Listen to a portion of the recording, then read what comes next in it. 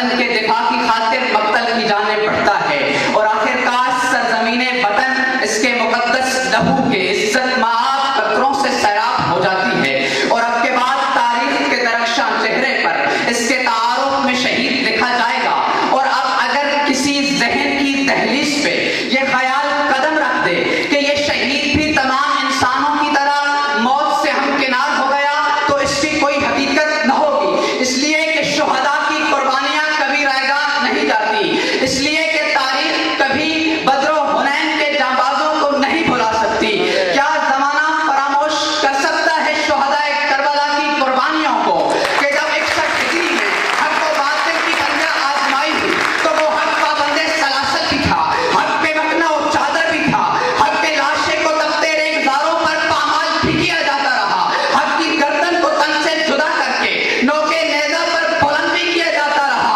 लेकिन हक का सर कट तो गया मगर बातिल के सामने झुका नहीं और जमाने भर को तली दे दी। जो मौत को भी मौत दे दे उसे शहीद कहते हैं कि फना बिल्लाह की तह बका का राज मुज़मर है, जिसे मरना नहीं आता उसे जीना नहीं आता।